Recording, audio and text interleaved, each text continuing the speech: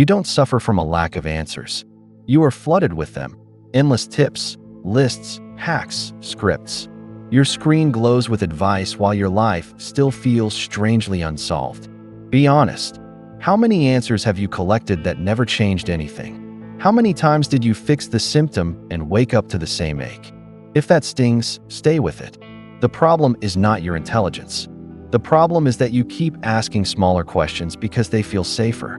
And smaller questions produce smaller lives. Einstein's genius wasn't merely in finding answers. It was in daring to choose better questions. Picture him not as the mythic figure on a poster, but as a person in an ordinary room, staring at ordinary clocks, asking an extraordinary question. What do we mean when we say two things happen at the same time?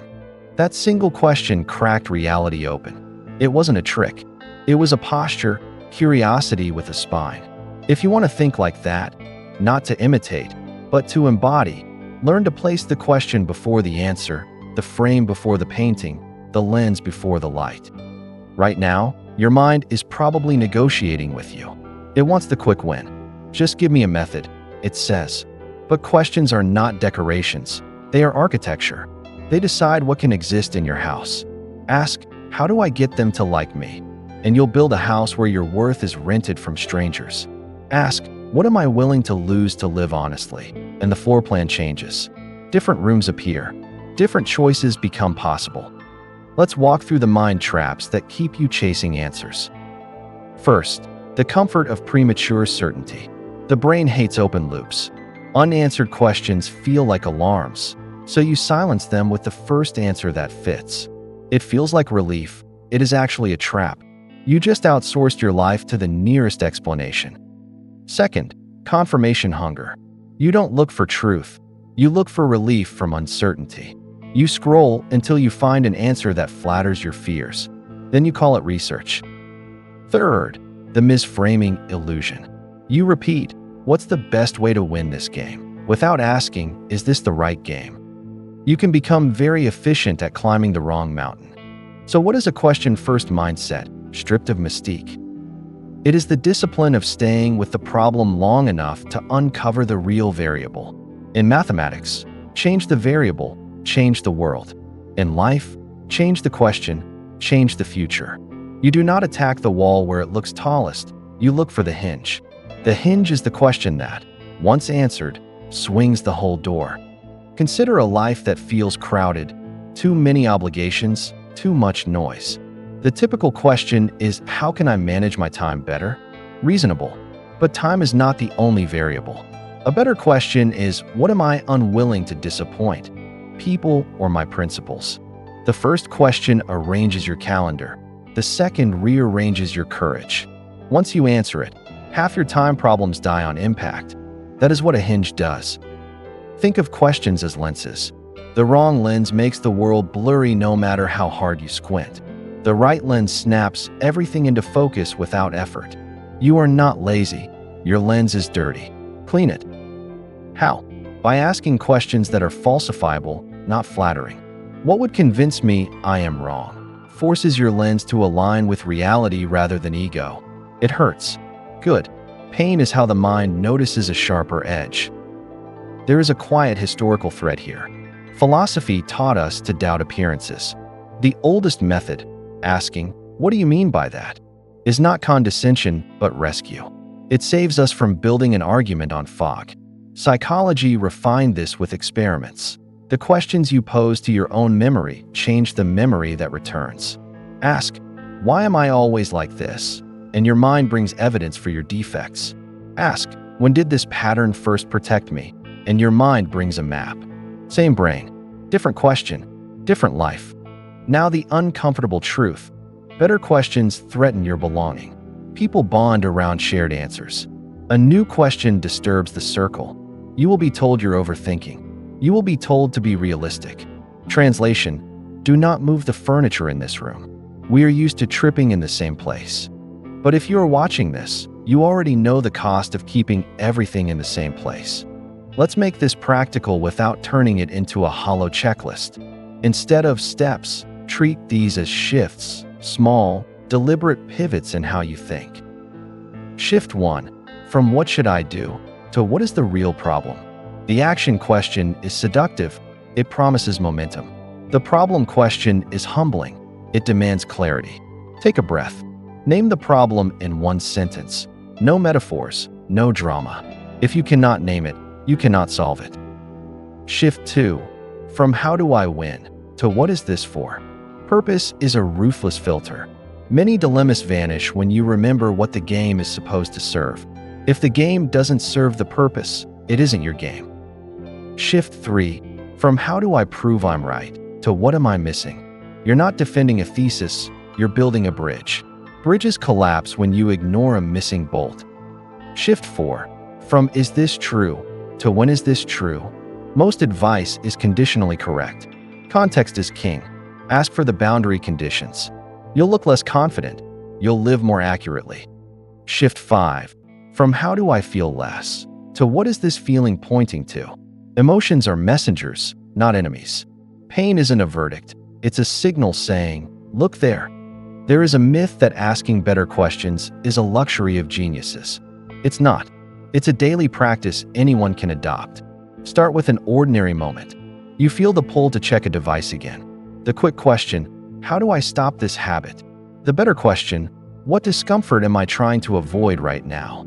Name it. Boredom, loneliness, uncertainty. Then ask, how else could I meet that discomfort? On purpose, without anesthesia? Suddenly you are not wrestling a screen. You are befriending your nervous system. Another scene. You keep negotiating with yourself at midnight, promising a different morning that never arrives. You are intelligent. You are exhausted. You ask, why can't I stay disciplined? The question assumes you're weak. Try this instead. What friction makes the right action unnatural?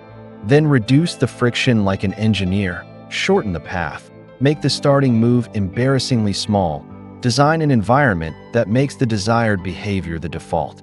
See the pattern? The better question turns shame into design. Einstein once described imagination not as fantasy, but as a way of seeing the structure of a problem. You can do this too. Close your eyes and run a thought experiment. Imagine your life 6 months from now if nothing changes. Then imagine it if one question changed. Which question? The one you keep dodging. The one that scares your certainty. That question is your lever. Place it under your day and you will feel the floor shift. There is a paradox at the heart of this mindset. The more precise your questions, the more flexible your identity must become. You cannot hold a rigid image of who you are and expect to ask questions that might dissolve it. The question-first life requires a posture of soft strength, firm values, flexible stories. You refuse to betray your principles. You are willing to edit your self-description. That is how growth keeps your dignity. A caution, not all discomfort is wisdom. Some questions are lures into obsession. If you find yourself spiraling, ask a grounding question. What is the smallest test I can run today? Make the question produce an action whose result can inform the next question. This is how thinking grows legs. Philosophers call it inquiry. Builders call it iteration. The language is different. The motion is the same. Let's talk about relationships without naming anyone. Many conflicts are just clashing questions. One person is asking, who is in charge? Another is asking, what is fair? Another is asking, what keeps us safe? If you try to answer a fairness question with a dominance answer, the conversation will rot. Name the question you're actually answering. Invite the other person to name theirs. Alignment often appears the moment the real questions are on the table. You don't need to be dramatic. You need to be specific. Here is a technique I want you to steal: inversion. Instead of asking, how do I achieve this outcome? Ask, what would guarantee failure? Make a list. Then stop doing those things. It sounds simple. It is devastatingly effective. Why? Because humans are better at spotting hazards than inventing perfect plans.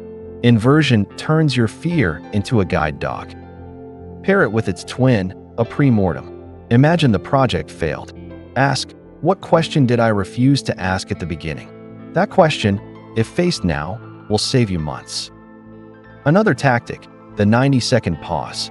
Before you commit to a path, give yourself 1 minute and 30 seconds to interrogate the frame. Out loud if you can. What is the question I'm answering? What alternative questions could I ask? Which one, if answered, would make the rest irrelevant? 90 seconds of framing can prevent 9 months of running in the wrong direction. A deeper layer, values. The most powerful questions are not about tactics, they are about trade-offs. Every yes steals from a no. Ask, what am I willing to be misunderstood about?